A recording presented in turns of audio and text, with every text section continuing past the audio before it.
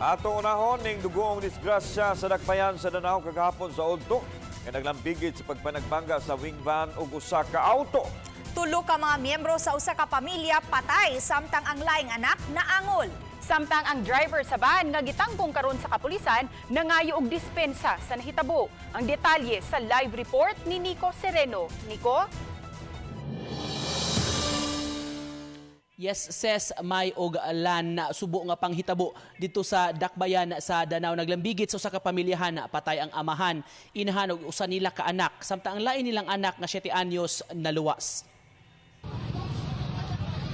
Kuha kining video atol sa pag-rescue sa mga sakay sa auto nga nadisgrasya sa highway sa barangay Dungguan. Naipit pa ang driver nga mo'y gitabang sa mga rescuers ug sa mga otoridad. Gikan sa managlahing direksyon ang mga sakyanan nga nalambigit, ang auto paingon sa Cebu City samtang ang wing van padung sa norte.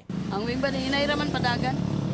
Nakalugar raman ang wing van ang katong auto. Sa police investigation gituohang mikawat na og lane ang auto.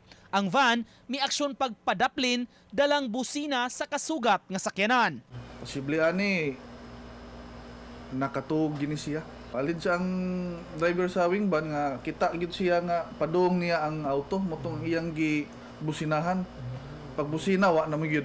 Di naman siya kalikay kay kilid naman. Patay ang driver sa auto nga si Erwin Mondihar, usa ka seaman, ang iyang asawa nga si Imelda, usa ka magtutudlo ug ang ilang mag-3 anyos nga anak babay nga si Erin Bliss. Samtang nakaluwas ang laing anak nga si Aimer, 7 anyos, kinsa ana karon sa pribadong ospital sa Mandaue City. Ang pamilya nagpuyo sa Macrohon, Southern Leyte ug niari sa Sugbo kay dunay giasikaso. Nasayran nga sa wa pa mahitabo ang aksidente, gikan pa sila sa Cebu Safari. Gani makita ang sadya nga bonding sa pamilya niining souvenir photo. Ang nabiling pamilya naglisod pagdawat sa nahitabo. Sakit.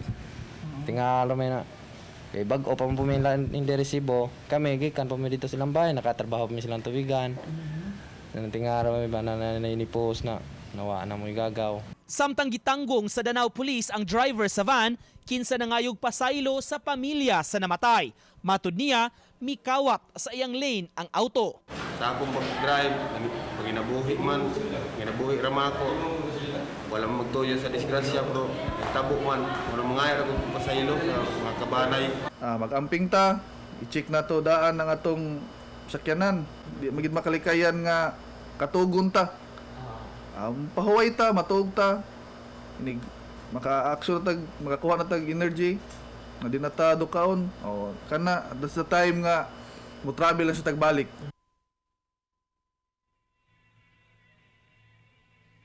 Sa pagkutlo nato ning balita, giandam pa sa funeral parlor ang patayng lawas sa mga biktima ug nasayra nato gikan sa kabanay nga hayandad unsab kinig ato ihaya sa ilong lugar dito sa Southern Leyte. Lan? Okay, daghang salamat Nico Sereno.